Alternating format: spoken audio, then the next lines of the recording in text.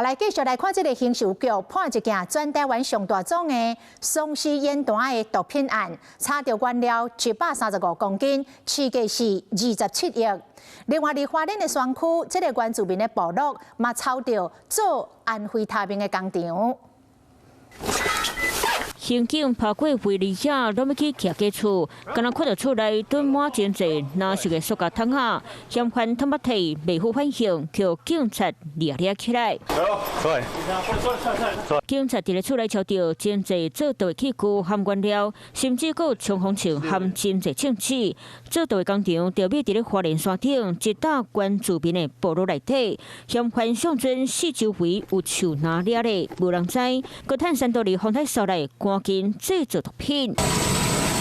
工厂内底安非他命的成品和半成品数量超过300公斤，会当做100公斤的安非他命，市场价值1万2亿。我们最主要的刑事局发布掠盗的成果，行政长杜英泰嘛来到现场主持记者会，引起关注的有打红列作是二级毒品的伊托米酯，也就是丧尸烟弹原料。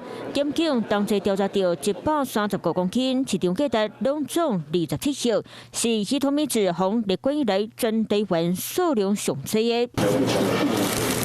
化学药品的桶内底，顶面是一般的化学原料，下面拢是毒品。嫌犯用化学公司的名义进口，嘛是叫警察看破脚手。大概这间公司进口的重量都低于100公斤，总共进了265公斤的化学品。那我们觉得可疑的时候进行查验，那在查验过程中发现说犯嫌十分狡猾，他在上层的部分，化学桶的上层的部分是放合法申报的化学品的化料，那在下层的部分才是摆放这个脱米酯，并且有特定的绿色标签。检警先用桶仔将毒品调包，要来调查源头。麻烦有人伫咧验血，随个人抓起来。这原料会当做成135万粒的烟弹。好在警察有甲因抓落来，卖继续追查秘伫咧幕后的卖毒集团。Hello， 我是林仙怡。想要抢先掌握最及时的新闻资讯吗？赶快订阅、按赞、开启小铃铛，锁定华视新闻 YouTube 频道。